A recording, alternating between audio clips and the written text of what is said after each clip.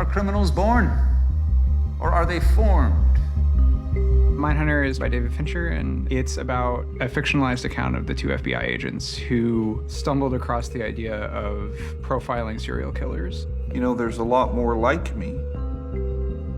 Do you think so?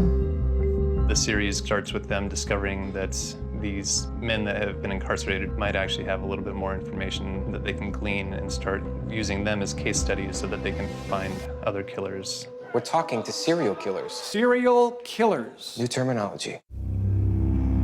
What people won't do to each other. There's nothing people won't do. How can we help?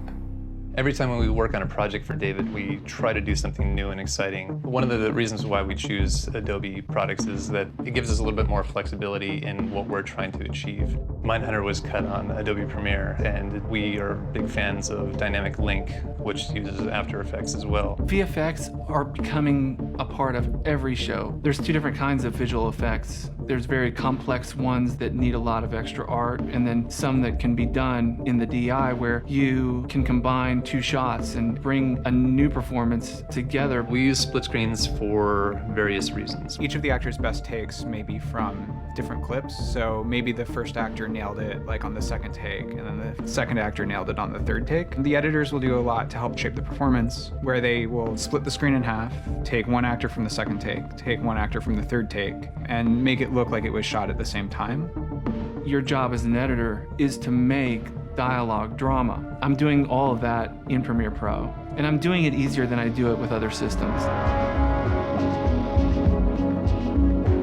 We shoot the entire show at 6K, and we frame for a 5K extraction, so that if we're looking at a scene and we decide that we want to move a shot a little bit left or a little bit right or up or down, because we have this extra padding, we can do it without destroying the original framing or the original intent of the DP and be faithful to that.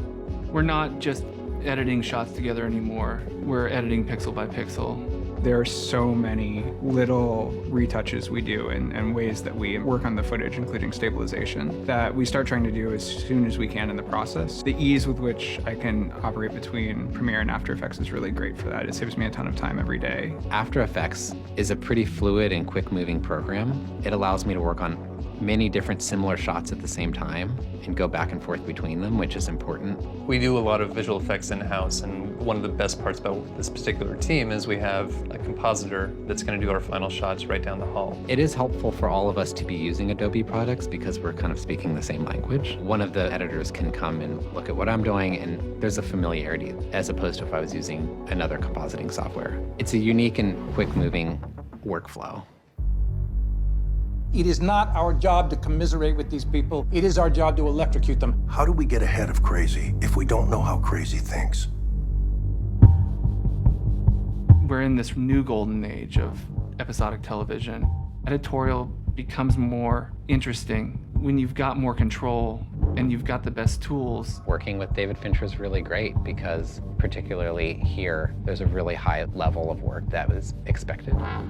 It's really exciting being able to work and learn from such creative, intelligent people. I feel like every day coming to work, it's a masterclass in filmmaking. I always feel like I'm working about 5 years ahead of the rest of Hollywood when I'm here.